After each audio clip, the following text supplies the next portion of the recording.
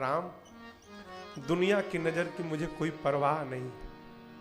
यदि मैं अपने पुत्र राम की नजरों में महान हूं तो मुझे दुनिया गिराए चाहे उठाए, मुझे कोई फर्क नहीं पड़ता। मैं वचन देती हूं राम, जो मांगोगे मैं दूंगी। तब राम जी ने कहा, मां, पिताजी जब मेरे लिए राज सत्ता की तैयारी करें उस समय आप मेरे लिए वनवास मांग लेना, क्योंकि मैं जिस कार्य के लिए आया हूं मां, जब तक वन नहीं मैं गया मेरे आने का उद्देश्य पूर्ण होने वाला नहीं है। वन क्यों? रावण के लिए भूल में हैं आप। रावण को मारने के लिए भगवान को जाने की आवश्यकता नहीं थी। राम जी अयोध्या में बैठकर बाण चलाते और वो बाण लंका में जाकर रावण को समाप्त करके वापस आती। फिर राम जी क्यों गए? राम जी बन न जाते तो केवट को चरणामृत कहां से मिलता हो? है? राम जी बन न जाते तो शबरी का अपने गुरु जी पर से भरोसा उठ गया रहता है। आपसे मैं कह दूं कि मैं आऊंगा अगले वर्ष, आप 1 साल प्रतीक्षा करोगे, 2 साल करोगे, 3 साल करोगे, 5 साल करोगे, 5 साल बाद आप कहोगे कि लगता है महाराज झूठ बोल के चले गए। शबरी से उसके गुरु मतंग ऋषि ने कहा था, बेटी मेरा तो भाग्य नहीं कि मुझे राम का दर्शन मिले, तेरा देख रहा हूं मैं। राम के दर्शन के लिए तुमको नहीं जाना होगा, राम आकर तुम्हें दर्शन देंगे, प्रतीक्षा करना। और जिस समय गुरुदेव ये बात कहे उस समय सबरी मैया की युवा अवस्था थी।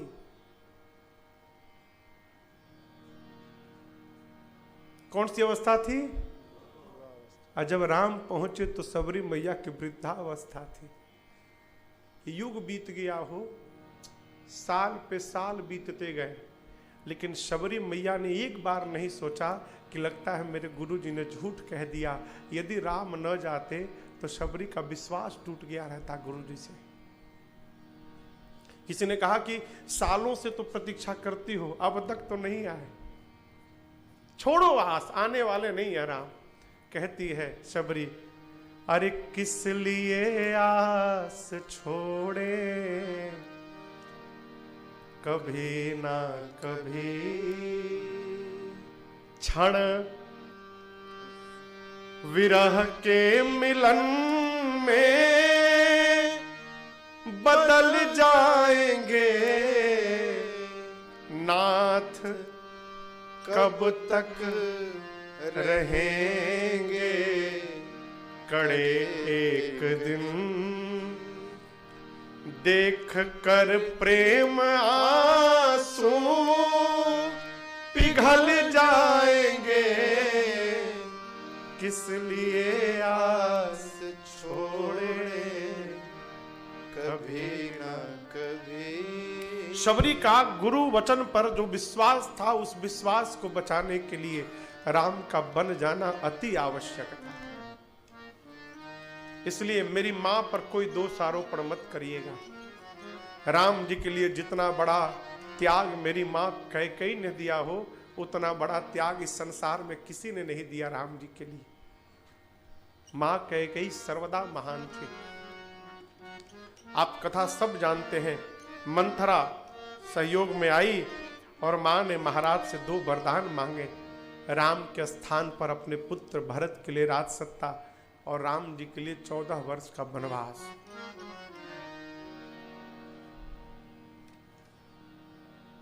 किसी ने कहा महाराज 14 वर्ष का वनवास क्यों मांगा? कि रावण की आयु ही उतनी बची थी, उससे अधिक मांग कर क्या होता है। राम जी को पता चला, कैकेयी मैया ने बताया, महाराज निढाल हो गए सुनकर। है जब कैकेयी मैया ने कहा ना हो, आपको बताऊं, बूढ़ा हाथी के आगे जब शेर आकर दहाड़ मारता है, बूढ़ा हाथी भाग नहीं सकता। वृद्ध गजराज के आगे जब वनराज आकर दहाड़ मारता है ना, तो उस दहाड़ को सुनकर जिस प्रकार हाथी सहम जाता है, हो महाराज सहम गए। उसी कोप भवन में महाराज गिर गए। मानो किसी पक्षी के दोनों पंख काट दिए गए हो, उड़ने के लिए बेहाल हो लेकिन उड़ ना पा रहा हो, है। महाराज रात भर राम राम राम राम करते रहे। सूर्य भगवान से कहते हैं कि प्रभु आप आइएगा मत कल। क्यों? आप आइएगा ना तो मेरे घर का सूर्य डूब जाएगा। आप आइएगा राम छोड़ के चला जाएगा, आप राम को जाते कैसे देख पाएंगे। प्रातःकाल राम जी को सूचना मिली प्रभु आए। पिताजी को देखा तो मां कैकेयी से कहा, मां पिताजी के दुख का कारण बताओ। मां ने सब बताया और राम जी सुने कि मां ने काम कर दिया मेरा, है। गदगद हो गए हो। राम जी कहते, मां सुनु जननी सोई सुत बड़ भागी, जे पितु मातु बचन अनुरागी। सुनु जननी सोई सुत बड़ भागी, जे पितु मातु बचन अनुरागी। तनय मातु पितु तो सनिहारा, दुर्लभ जननी सकल संसारा। तनय मातु पितु तो सनिहारा, दुर्लभ जननी सकल संसारा। सुनु जननी सोई। राम जी कहते हैं, हे जननी। अब देखिए, पर राम जी आए तो कैकेयी को मां कहे थे, मोहि कहूं मां तू। आप मां किसी को भी बोल सकते हैं, लेकिन जननी किसी को नहीं बोल सकते। जननी केवल एक होती है जिसने जन्म दिया है। राम जी आए तो कैकेयी को मां कहे, और जब सुने कि मां ने मेरे लिए वनवास मांगा तो वही राम जी तुरंत कैकेयी को जननी बोलने लगे। क्यों? कौशल्या ने केवल राम को जन्म दिया था माई बाप, लेकिन आज वनवास मांग कर मां कैकेयी ने मर्यादा पुरुषोत्तम राम को जन्म दिया है। इसलिए राम जी जननी कहते हैं कैकेयी को। कहते हैं जननी। वो पुत्र बड़भागी है मां, जो अपने माता पिता के वचन से प्रेम रखे, चरण से नहीं। चरण में प्रेम करना तो बड़ा सरल है। सुबह उठो, पांव छू के प्रणाम करो, रात को प्रणाम करो, अब बात एक भी ना मानो। ये चरण में प्रेम है, परंतु वचन में प्रेम करना बड़ा कठिन है। क्यों? एक एक आज्ञा का पालन करना पड़ेगा।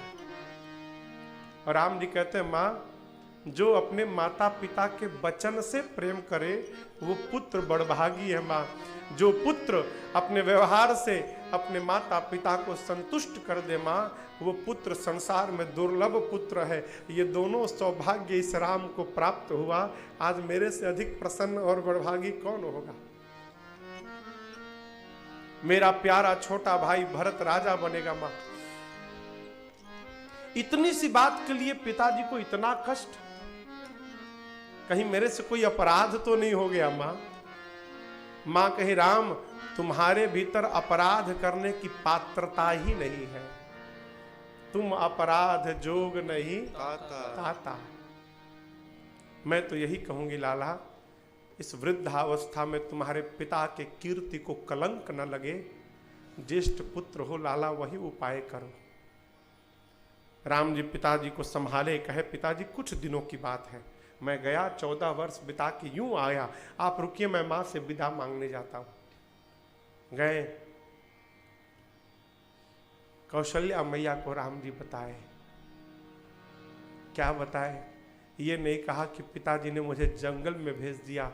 कहते मां आपको पता है, रात भर में पिताजी ने धर्म का विचार किया।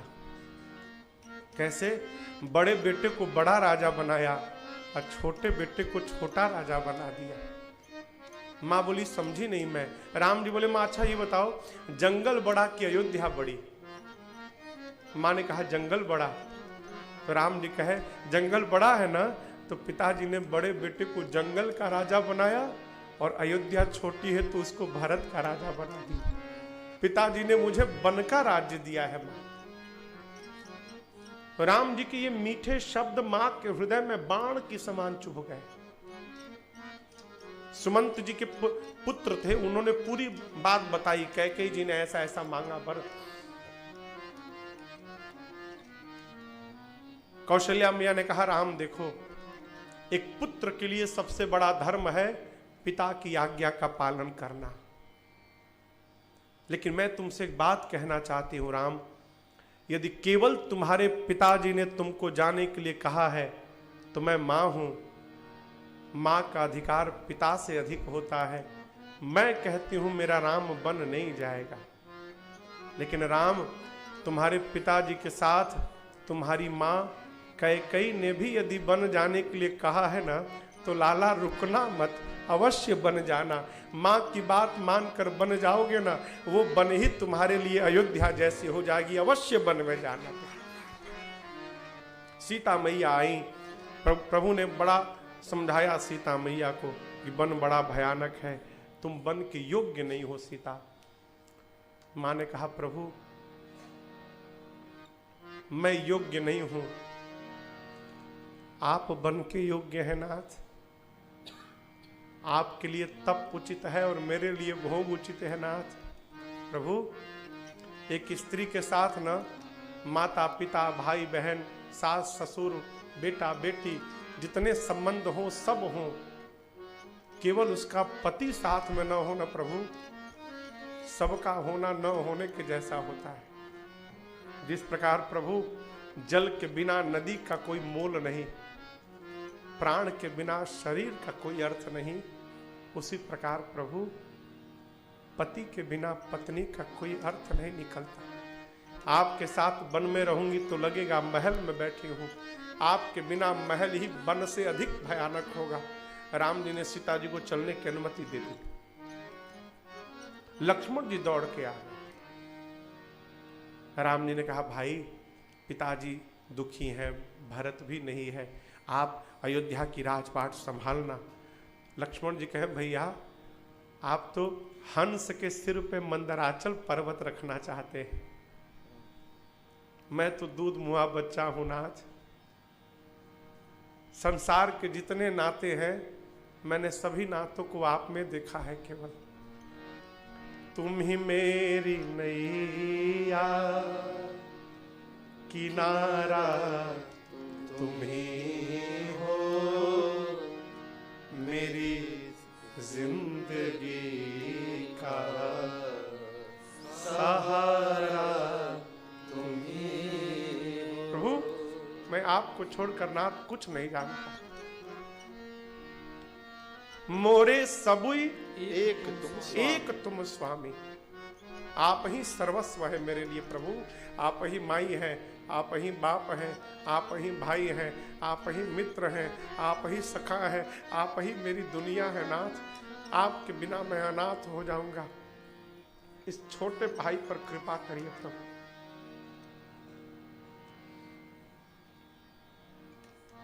राम जी बोले जाओ मां से पूछ कर आओ।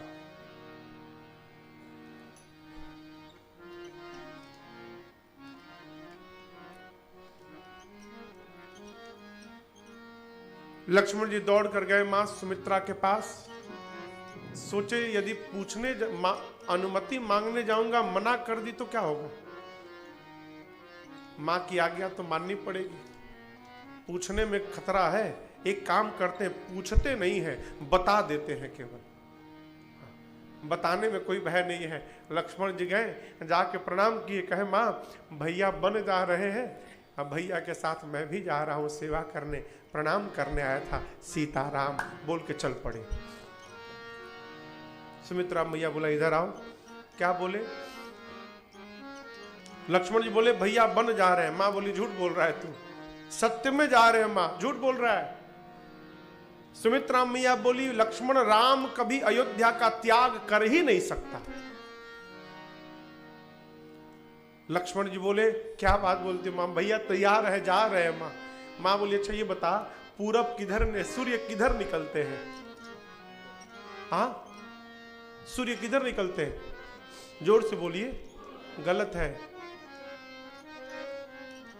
सूर्य कभी भी पूरब में नहीं निकलते।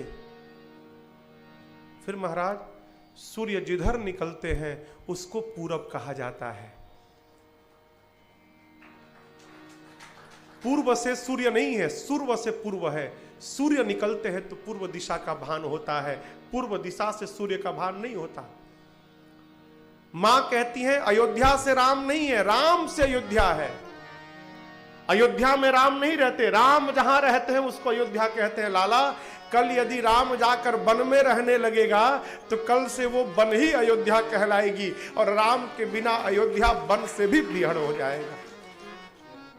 अवध तहां जहां राम निवासु, जहां राम निवास करते हैं उसको अयोध्या कहते हैं।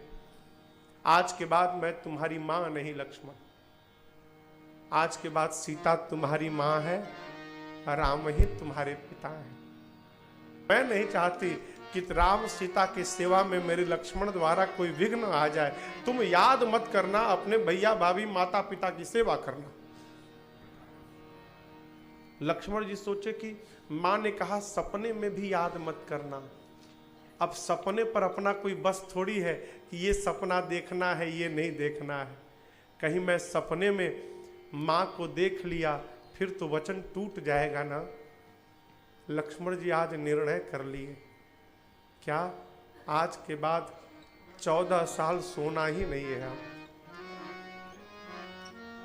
धरती पर आपको ऐसा कोई उदाहरण नहीं मिलेगा हो जहां एक भाई अपने भाई के लिए 14 साल सोना बंद कर दिया हो। लक्ष्मण जी को कोई शक्ति उक्ति बाण नहीं लगी थी, और लगी भी थी तो सजीवन बूटी की आवश्यकता नहीं पड़ती। राम जी के रहते सजीवन बूटी लगेगी? वो तो जब शक्ति बाण लगा तो भगवान कहे बस बस बहुत बढ़िया अवसर आया है, अभी जगा दूंगा तो फिर ये जगा रहेगा।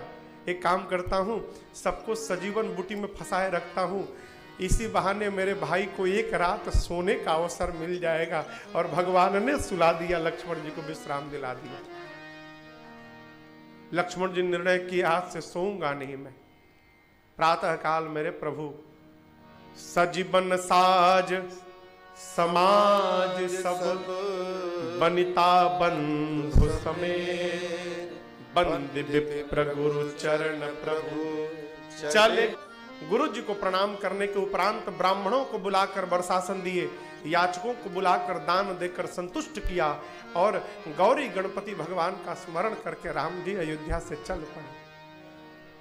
राम जी चले तो पूरी प्रजा दौड़ पड़ी। क्यों? राम ही नहीं तो अयोध्या का मतलब क्या होता है। सब चल पड़े। महाराज की मूर्छा खुली, देखे राम चला गया, प्राण नहीं गया। सुमंत जी को बुलाकर कहे कि रथ लेकर जाओ, रथ पर बिठाकर जंगल में ले जाना, 4 दिन वन दिखाना, 4 दिन बाद वापस ले आना। यदि राम न आए ना और सीता जंगल देख के डरने लगे तो लक्ष्मण तुम सुमंत किसी तरह तुम सीता को वापस ले आना। और यदि सुमंत तुम किसी को नहीं लाए ना तो याद रखना तुम तो आओगे, तुम्हारे आने के साथ मेरा प्राण चला जाएगा। सुमंत जी रथ लेकर गए, पिताजी की बात कहे प्रभु मैया भैया के साथ रथ पर बैठे और चलते चलते पहले दिन तमसा नदी के तट पर पहुंचे। पूरी अयोध्या की प्रजा साथ में है। भगवान सोचे सब लोग साथ में रहेंगे तो पिताजी के वचन का पालन कैसे करूंगा। माया को प्रेरित किया और अयोध्या वासियों को मध्य रात्रि में ही गहरी नींद में सुलाकर अब भगवान सुमंत जी से कहे कि तात रथ के पहिए के चिन्ह को मिटा के आप अभी चलिए, यहां से तुरंत निकलिए। रथ के पहिए के चिन्ह को समाप्त करके भगवान उसी रात्रि में निकल पड़े। चलते चलते दिन के तीसरे पहर में अगले दिन प्रभु पहुंचे। कहां पहुंचे? गंगा जी के तट पर श्रृंगवेरपुर में पहुंचे। उतर कर रथ से भगवान जी ने गंगा जी को साष्टांग दंडवत किया है, सबको गंगा जी की महिमा गाकर सुनाई है। इधर निषाद जी को सूचना मिली, अरे यह सुधि गुहा निषाद जब पाए, यह सुधि गुहा निषाद जब पाए, मुदित लिए प्रिय बंधु बुलाए, मुदित लिए प्रिय बंधु बुलाए। राम कथा हो रही है तो सुभाष जी भी अपने कोचिंग से भैया को बुलाए, भैया आए हैं, जितने हितनाथ सब जगह से सबको बुला लिया, आओ आओ राम कथा हो रही है। निषाद जी सुने कि राम जी आ गए तो अपने प्रिय आत्मीय लोगों को, अपने भाइयों को, सबको बुलाया, उपहार सजाया और उपहार लेकर भगवान के पास लेकर पहुंचे और जाकर करी दंडवत भेंट धरी आगे, करी दंडवत भेंट धरी आगे, प्रभु ही बिलोकत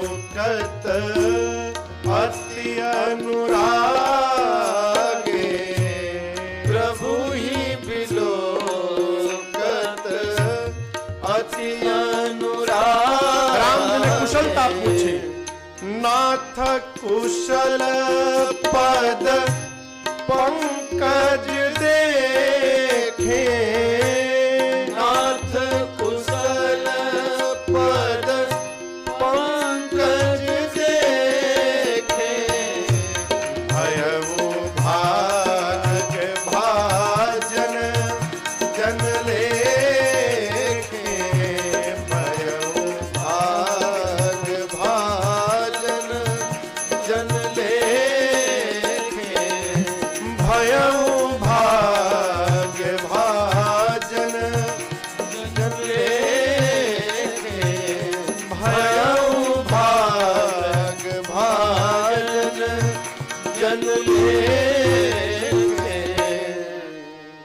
उपहार लेकर निषाद राजगुह मित्रों के साथ, भाइयों के साथ राम जी के सन्मुख पहुंचे, सामने उपहार रखकर दंडवत किया। प्रभु ने उठाया और अपने बगल में बिठाया, निषाद जी को मित्र बना लिया, मित्र बनाकर बगल में बिठाया। कहा सब कुशल है ना निषाद जी? निषाद जी कहे प्रभु आपके चरणों का दर्शन मिल गया, अब जीवन में सब कुशल ही कुशल होगा। निषाद जी कहे प्रभु आप 14 वर्ष सूचना मिली है अयोध्या से बाहर रहना है आपको, तो प्रभु आप मेरे नगर में रह जाइए ना, यहीं 14 वर्ष रहिए प्रभु। राम जी कहे मित्र, पिताजी ने उदासीन व्रत का पालन करने को कहा है, इस व्रत के अनुसार मैं 14 वर्ष किसी भी गांव नगर में नहीं जा सकता, न किसी धातु को स्पर्श कर सकता हूं, इसलिए मैं आपके नगर में नहीं जा सकता, मुझे वन में रहना पड़ेगा। ऐसा निषाद जी सुने तो नगर के बाहर एक शीशम के वृक्ष के नीचे कुशा की चटाई बिछाई है। रात्रि में भगवान कंद मूल पाकर मां के साथ उसी चटाई पर विश्राम किए। भगवान के सोने के बाद लक्ष्मण जी जाकर थोड़ी दूर में वीरासन लगाकर बैठ गए पहरे में। निषाद जी ने अपने सेवकों को बुलाकर कहा देखो मुझे पता चला है राम जी समस्त अयोध्या वासियों को कल मध्य रात्रि में सोता हुआ छोड़ के चले आए हैं, कहीं ऐसा ना हो जाए कि हम लोग भी सो जाएं और रात में ही राम जी यहां से निकल ले, इसलिए तुम सब लोग पहरे में खड़े हो जाओ चारों तरफ, राम जी को रात में जाने नहीं देना है। निषाद जी के सारे सेवक पहरे में यथा स्थान पर खड़े हो गए। सबको काम में लगाकर जब निषाद जी वापस आए और भगवान की कुशा की चटाई पर सोते हुए देखे न हो, रोने लगे। चक्रवर्ती सम्राट महाराज दशरथ की बहू आज कुशा की चटाई पर सोई है? राम की अर्धांगिनी कुशा की चटाई पर सोई है। जो राम दूध से भी श्वेत मखमल के गद्दे पर सोते थे वो राम आज कुशा की चटाई पर सोए हैं। कैकेयी जी ने बहुत गलत किया, जिस राम के जीवन में सुख का अवसर आया, कैकेयी ने दुख की नींव डाल दी। रघुवंश रूपी वृक्ष को काटने के लिए कैकेयी कुल्हाड़ी बन गई आज।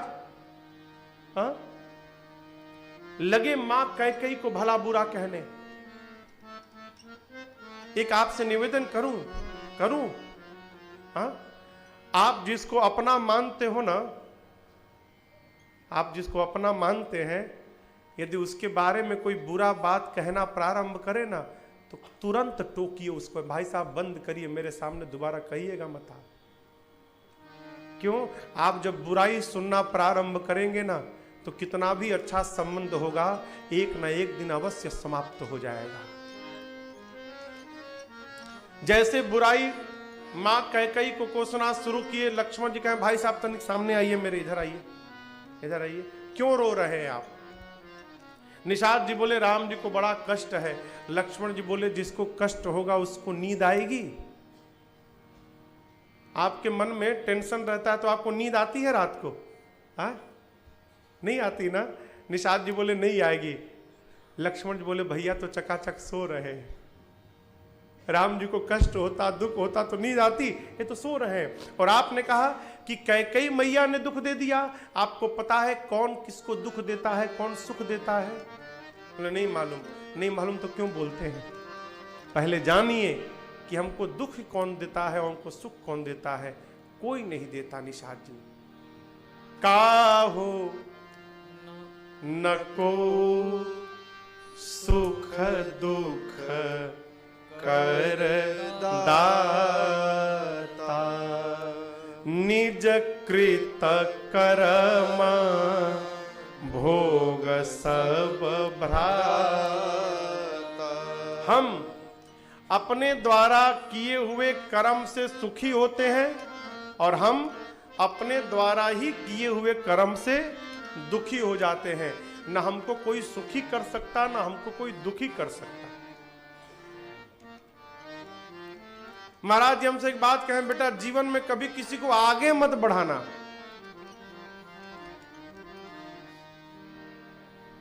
आप लोग समझ रहे हैं ना मेरी बात को? किसी का उद्धार मत करने जाना, आगे हम इनको आगे बढ़ा दे। बढ़ाने जाओगे तुमको ही पकड़ के गिरा देगा। माई बाप आगे वही बढ़ सकता है जो स्वयं आगे बढ़ना चाहता हो। आप जाइएगा, आपको पकड़ के स्वयं अपने आप आगे बढ़ जाएगा। और जो स्वयं नहीं चाहता उसको कितना भी उठाइए वो उठने वाला नहीं है। हम अपने द्वारा किए हुए कर्म से सुखी होते हैं, हम अपने ही द्वारा किए हुए कर्म से दुखी होते हैं। निषाद जी से लक्ष्मण जी कहते हैं आप दुख का कारण बताऊं आपको। दुख का कारण जानते हैं क्या है? मोह। दुख का कारण क्या है? मोह। अब ये मोह क्या है? जन्म लेना, मरना, मिलना, बिछड़ना, घर परिवार, बेटा बेटी, पति पत्नी, माई बाप, भाई बहन, स्वर्ग नरक, अच्छा बुरा, काल कर्म, ये सब क्या है? मोह का मूल है। इन्हीं सब से मोह जन्म लेता है। मोह जानते हैं? अज्ञान परक प्रेम को मोह कहते हैं। अज्ञान परक राग का नाम है मोह। ज्ञान नहीं, अज्ञान पूर्वक। अब और कैसे समझाएं? अब जैसे कथा चल रही है, कथा सुनने का टाइम है हमारे पास है, मंदिर जाने का टाइम है, बेटे को पढ़ाना है अभी। अरे यार 9 दिन में से एक दिन आ जाओ, एक दिन की फुर्सत है यहाँ पर। राते में चले जाओगे तब क्या होगा? सुषमा जी जाएंगी, कोई जानता था क्या?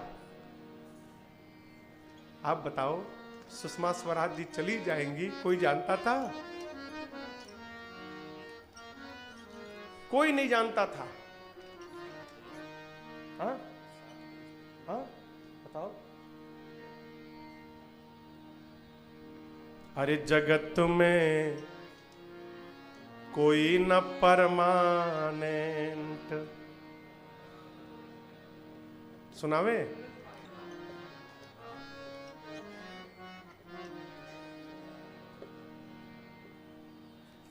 इस भजन को हम आज लिख के लाए हैं। हम आज पहली बार इसको गाएंगे, किसी महापुरुष के मुख से मैंने इसको सुना है। कोई कहाँ गया हो, हाँ हाँ यही है, लाल सिंह जी कोई है, उनकी रचना है, कई महापुरुष गाए हैं। अरे जगत में कोई न परमानेंट, जगत में कोई न परमानेंट, जगत में कोई न परमानेंट, जगत में कोई न परमानेंट। तेल चमेली चंदन साबुन, तेल चमेली चंदन साबुन, चाहे लगा लो सेंट, जगत में कोई न परमानेंट, जगत में कोई न परमानेंट, जगत में कोई न परमानेंट, जगत में कोई न परमानेंट। अरे तेल चमेली चंदन साबुन, तेल चमेली चंदन साबुन, चाहे लगा लो सेंट, जगत में कोई न परमानेंट, जगत में कोई न परमानेंट।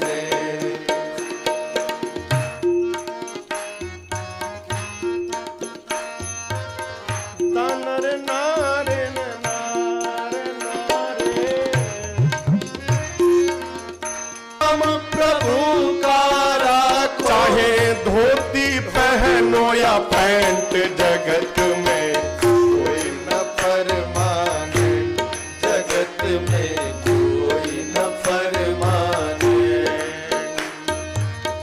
मन में राम गुरु का राखो, मन में नाम गुरु का राखो, चाहे धोती पहनो या पैंट, जगत में कोई न परमानेंट, जगत में कोई न परमानेंट।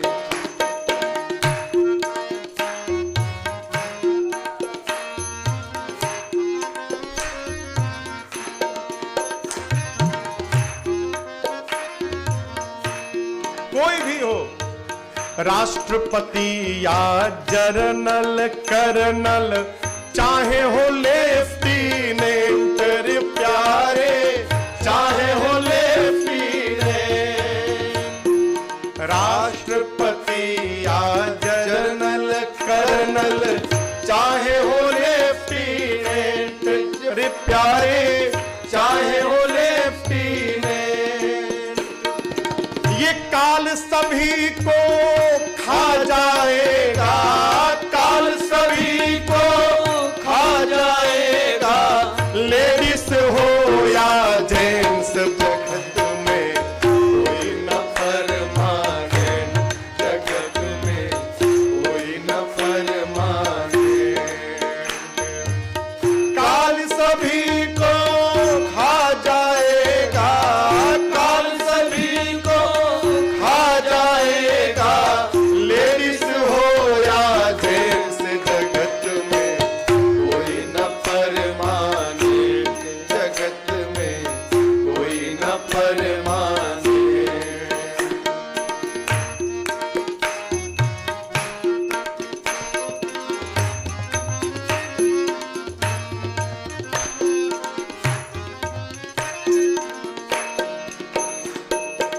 साधु संत की संगत कर लो, ये सच्ची गवर्नमेंट रे प्यारे, ये सच्ची गवर्नमेंट प्यारे, ये सच्ची गवर्नमेंट। साधु संत की संगत कर लो, ये सच्ची गवर्नमेंट रे प्यारे, ये सच्ची गवर्नमेंट प्यारे, ये सच्ची गवर्नमेंट। लाल सिंह कहे इस दफ्तर से, लाल दफ्तर से मत होना अब सेंट। जगत में कोई न परमाने, जगत में कोई न परमाने, जगत में कोई न परमाने। तेल चमेली चंदन साबुन, तेल चमेली चंदन साबुन चाहे लगा लो सेंट। जगत में कोई न परमाने, जगत में कोई न परमाने, जगत में कोई न परमाने, जगत में कोई न परमाने।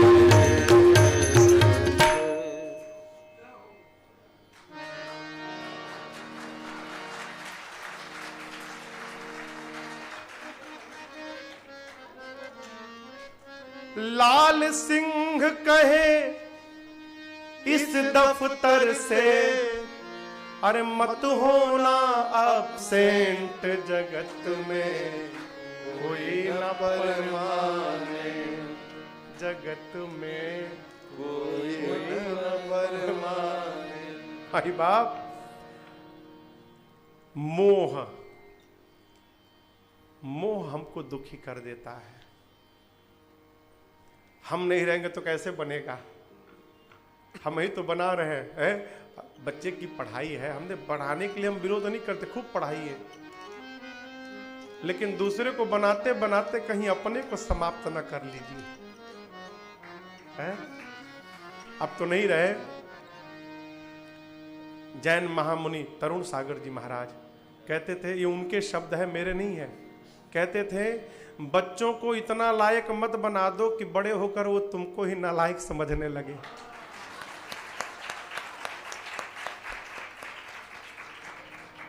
लायक बनाना महाराज, लायक बना, इतना लायक बन गया कि माई बाप को ही नालायक घोषित कर दिया है। जगत में कोई न परमाने। जगिए, इससे जगा जाए। जितने दिन क्या पता कब जाना पड़ जाए, उसके पहले जग जाइए। कैसे जगे? एही जग जामिनी जागहि जोगी, परमारथी प्रपंच वियोगी। कहते हैं जो परमार्थ में लगा हुआ है, जगत के प्रपंच से अपने आप को बचा के रखा है, वो जोगी है। और जो जोगी है वो जगा है। जो दान पुण्य सत्कर्म में लगा हुआ है वो जगा हुआ है। कहो, जो जगा हुआ है वही पाएगा। उठ भोर भई अब उठ जाग मुसाफिर, भोर भई अब रैन कहाँ जो सोवत है। जो सोवत है सो खोवत है, अजो जागत है सो पावत है। जगा जाए, जगा जाए। निषाद जी से लक्ष्मण जी कहे, निषाद जी आप जिनके लिए रो रहे हैं वो राम जी जीव नहीं जगदीश है, राम जी ब्रह्म है। ये मनुष्य नहीं है कि इनको सुख दुख होगा। राम ब्रह्म परमारथ रूपा, अभिगत अकथ अनादि अनूपा। और आपको पता है परमार्थ क्या है? इनके चरण में प्रेम करना ही असली परमार्थ है। सखा परम परमारथ ए हो, मन क्रम वचन राम पद ने हो।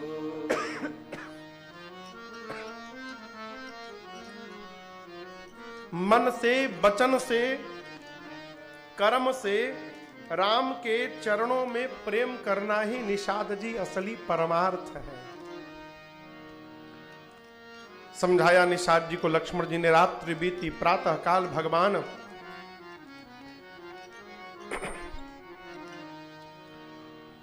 बट के वृक्ष के दूध को मंगाए और लक्ष्मण जी के साथ अपने केश में लगाकर जटा बनाने लगे, जटाओं का मुकुट बनाने लगे।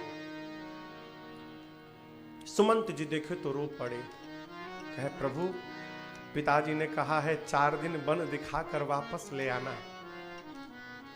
राम जी बोले तात धर्म न दूसर सत्य समाना, सत्य जैसा धर्म नहीं होता। आप कहिए सुमंत जी, क्या मैं सत्य का त्याग कर दूं? मैं 14 वर्ष बाद आऊंगा। आप पिताजी से कहिएगा मेरी चिंता न करेंगे, 14 वर्ष बाद मैं स्वयं आकर प्रणाम करूंगा।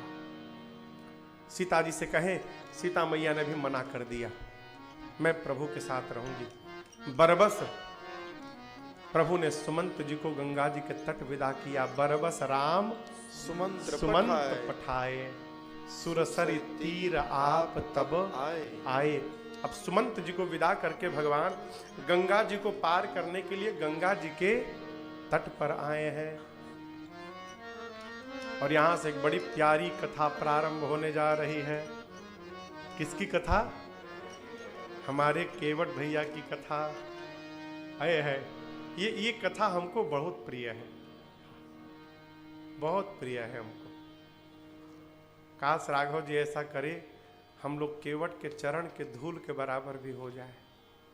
है? अद्भुत महापुरुष हैं ये केवट जी। आपको बताऊं, पिछली रात्रि जब निषाद जी ने सबको पहरे में लगाया था, तो ये केवट जी जहां लक्ष्मण जी और निषाद जी वार्ता कर रहे थे, वहीं बगल में पहरा दे रहे थे, लेकिन ड्यूटी नहीं ठीक से दिए। खड़े थे पहरे में, ध्यान लगे थे सत्संग पर, ये दोनों लोग क्या बात कर रहे हैं। और सुनते सुनते लक्ष्मण जी, इससे केवट जी सब सुन गए। क्या? राम जी जीव नहीं ब्रह्म है, इनके चरण में प्रेम करना ही असल परमार्थ है। इस बात को केवट जी पकड़ लिए। सवेरा भया दौड़े निषाद राजगुरु के पास, कहे प्रभु मेरा एक वरदान आपके पास पड़ा हुआ है, आज मांगने का दिन आया है, मांग लूं? निषाद जी बोले मांगो, क्या चाहिए? केवट जी बोले पूरे नगर में डुगडुगी बजवाइए आज अभी, कि गंगा जी के तट पर मेरी नाव को छोड़कर किसी की नाव नहीं लगेगी। मैं चाहता हूं राम जी मेरी नाव में बैठकर गंगा के उस पार जाए।